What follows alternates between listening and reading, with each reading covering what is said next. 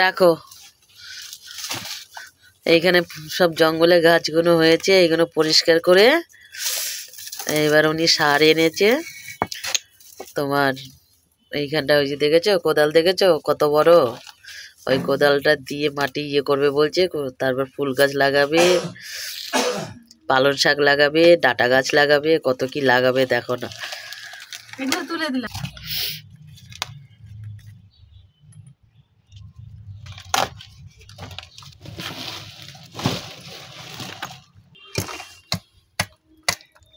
তুমি করছো?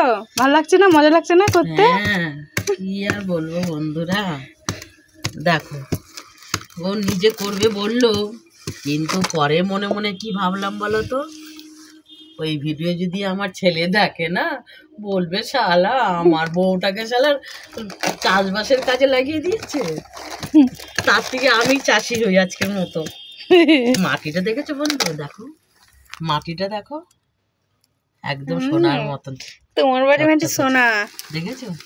ওই মিস্ত্রিগুলো কাজ করতো তো, তা মিস্ত্রিগুলো বলছে দিদি আপনার বাড়ির মাটিগুলো এত ভালো, যা পুঁতবেন তাই হবে। সত্যি কিন্তু তাই হয়।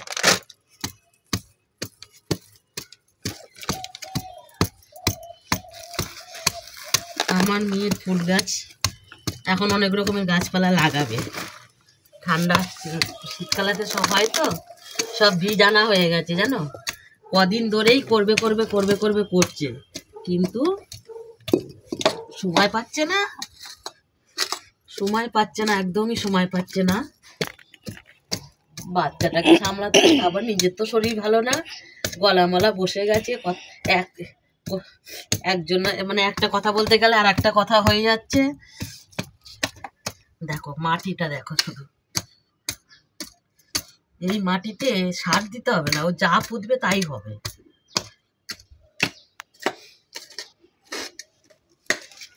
তবু একটু দিলে ভালো হয়। হ্যাঁ, সার সে একটু দিলে আর আর একটু ভালো হবে, আরো তাড়াতাড়ি বড় হবে, তাড়াতাড়ি ফুল হবে।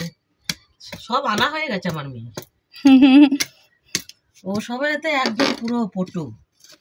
ও আমার মেয়ে কি বলতে হবে না, সব আমি বলিও নি, আমি জানিও না জেনেছে। কালকে ছেলে বাড়িতে ছিল তো, তার জন্য না এগুলো করতে পারিনি। আজকে বেরিয়ে গেছে আমার ছেলে, আর আরম্ভ করে দিয়েছে। তুমি তো হাঁপাচ্ছ গো। এই যে একটা লাউ গাছ বেরিয়েছে, লাউ গাছ বসিয়েছে।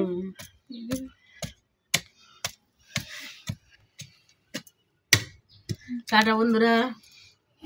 দেখো বন্ধুরা, মাটিটা দেখো, পয়সা দিয়ে কিনেছি তো, তাই একদম পুরো সোনা পেয়েছি। আর যারা নাকি চারা দিয়ে কেনে, তাদের মাটি কিন্তু চারার মতনই শক্ত হয়। আমি নরম, আমার মাটিও একদম নরম। টাটা।